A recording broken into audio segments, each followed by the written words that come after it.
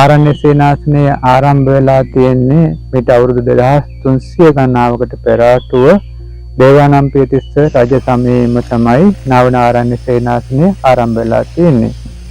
ඉතින් අපේ අතීතයේ බුද්ධ ශාසනය ගැන අපි කවුරුත් දන්නවා. මිහිඳු මහරහතන් වහන්සේගේ පැමිණීමෙන් ලක්දිය බුදු සසුන ලංකා පුරා පැතුරුණා.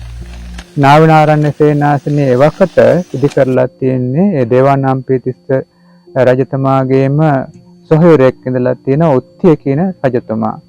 එතුමාගේ නමින් තමයි එතුමාගේ එවකට තිබුණු උද්‍යානය නාවන ආරණ්‍ය සේනාසනය වශයෙන් ඉදි කරලා තියෙන්නේ. හැබැයි එවකට නම අපිට තාම හොයාගන්න බැරි වෙලා තියෙනවා. හැබැයි එවකට ආරණ්‍ය සේනාසනයක් වශයෙන් ඉදි කරලා මහා සංඝරත්නයට පූජා කර බව සෙල්ලිපි වල සඳහන් වෙනවා. කුඩා සෙල්ලිපි එකක් දෙකක් ගල්ලෙන් වශයෙන් අදටත් ඒ සෙල්ලිපි බ්‍රාහ්මී අක්ෂර වලින් සඳහන් වෙනවා.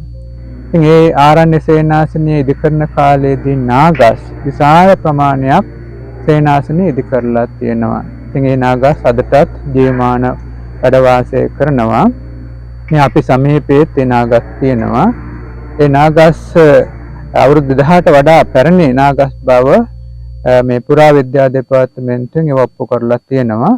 ඉතින් ඒ ක්‍රමයෙන් තේරුම් ගන්නවා මුල්ම යුගයේ හිටවපු නාගස් සහිත වනයක් සහිත ආරණ්‍ය සේනාසනයේ අතීතයේ රහතන් වහන්සේලා බොහෝමයක් වැඩ වාසය කරලා තියෙනවා. පෞරාණික ගල්ලෙන් ඒ වගේම මේ පෞරාණික චෛත්‍ය රාජාන් වහන්සේ තවත් වෙහෙර විහාරස්ථානයක් බොහෝමයක් එක්ක තමයි මේ සේනාසනය සැකසීලා තිබුණේ. නායන ආරණ්‍ය සේනාසනයේ වැඩ සිටිනා වූ මහා සංඝරත්නයටත් ඒ වගේම පින්වත්නි වහන්සේලා උදෙසා දාම සද්ධාවෙන් දාම ගෞරවයෙන් දාලම්බන බීතිය පිළිදැරි කරගෙන මේ ගමේ සිටිනා වූ පින්වත් පිරිසක් විසින් සද්ධාවෙන් දානමය පින්කම දහවන වත්පත් සිද්ධ කරන ඒ දානමය පින්කමට අපි සූදානම් වෙලා දාම සද්ධාවෙන් දානය සකස් කරගන්නට සියලු ද්‍රව්‍යයන් කරගෙන ඒ නාවෙන ආරණ්‍ය සේනාසනයට අපි දාම ප්‍රණීතව පිළිසිදු ඒ දානය සකස් කරලා පූජා කරන්නයි බලාපොරොත්තු වෙන්නේ. ඒ වගේම අපි මහා සේනාසනයේ වැඩ වාසය කරන්නා වූ කුසීයකට අපි දාම සද්ධාවෙන් ඒ පොල් තෙල් ආදී කොට ඇති ඒ වගේම පහන් තිර හඳුන් කූරු පූජා කරන්න බලාපොරොත්තු වෙනවා. ඒ වගේම බෙහෙත් ඖෂධ වර්ග ඒ ආරණ්‍ය සේනාසනයේ සිටිනා වූ භික්ෂුන් වහන්සේලාට මෙහෙණින් වහන්සේලාට පූජා කරන්න බලාපොරොත්තු වෙනවා. ඉතින් අපි මේ සියලු දේවල් රැස් කරගෙන සියලු කටයුතු සිද්ධ කරන්නට අපිට ඕස්ට්‍රේලියාවේ සිටිනා වූ ඉතාම ශ්‍රද්ධා සම්පන්න පින්වත් ඒ පින්වත් පිරිස අපිට ඉතාම ආදරයෙන් ගෞරවයෙන් ඒ වාගේ බුද්ධාලම්බන පීතිය පෙරදරි කරගෙන අපිට මේ අවස්ථාව සලසා දෙන පින්වත් පිරිස අපි මතක් කරන්නට ඕනේ. ඒ පින්වත් පිරිසකගේ ඒ අනුග්‍රහය ආදාර උපකාර ඇතුව තමයි අපි මේ සියලු දේ සිද්ධ කරන්නේ. ඒ වාගේ මේ ආරණ්‍ය සේනාසනයේදී අපි සියලු දෙනා විසින් මේ ගම්වාසී පින්වත් පිරිසක් සිටිනවා. ඒ අයට උතුම් ශ්‍රද්ධාවෙන් මේ කටයුතු සිද්ධ කරන්නට ඒ සියලු කටයුතු සංවිධානය කරන්නා වූ පින්වත් පිරිසට අපගේ ප්‍රණාමය පිරිනමන ගම තුනුරුවන්ගේ ආශිර්වාදයේ ඒ වාගේම රත්නත්‍රී පීඨ ආශිර්වාදයේ සියලු දෙනාටම ලැබේවා. යහපත් විදියට තව තවත් මේ පින්දහම් කරගන්නට අපිට ඒ ආධාර උපකාර ලබා දෙන මෙන් ඉල්ලා සිටින මේ පින්වත් පිරිසට නිර්වාණය උතුම් වූ ශ්‍රද්ධාවෙන් නිවන් මඟට යන්නට මේ පින් හේතු වේවා. ත්‍රිවිධ රත්නයේ ආශිර්වාදයේ සිත සාන්තියම ඒ සෑම දිනාටම ලැබේවා කියලා සාදු කියලා. පුරා වසර 10ක් තිස්සේ නාවන ආරණ්‍ය සේනාසනයේ වැඩ වාසය කරන පින්වත් විසුණු වහන්සේලා සහ මෑණිවරුන් වෙනුවෙන් කරන දානමය පින්කම මෙවරක්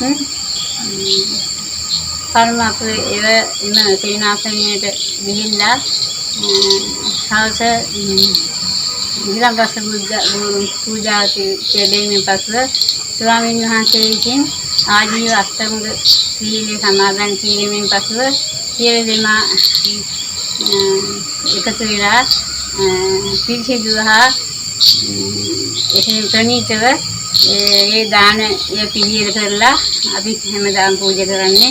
බොහෝ පින් කරගන්න පුළුවන්.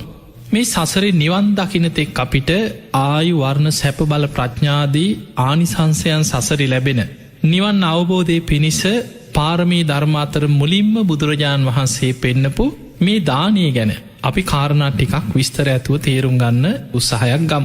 බොහෝ වෙලාවට අපි හරියට දන් දෙනවා, පින්කම් කරනවා.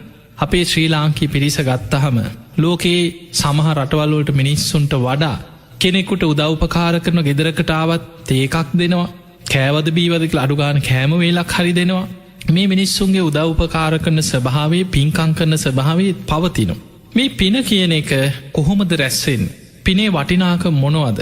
ආනිසංස හැටියට සසරේ දන්දීපු කෙනාට කොහොමද ආනිසංස ලැබෙන්? මේ වගේ පින ගැන කාරණා ගොඩාක් අපි මේ ධර්ම දේශනාව තුළදී තේරුම් ගන්න උත්සාහයක් ගම්. පිංගතුනේ ඔබ අහලා ඇති පිනක් කරනකොට තුන්සිත පහදවා දන් දෙන්න කියන. එතන තුන්සිත කියන්නේ දානයට පෙර, දානයේ දෙන වෙලාවේ, දානයේ දුන්නට පස්සේ මෙන්න මේ අවස්ථා තුනේ හිත පැහැදෙනු.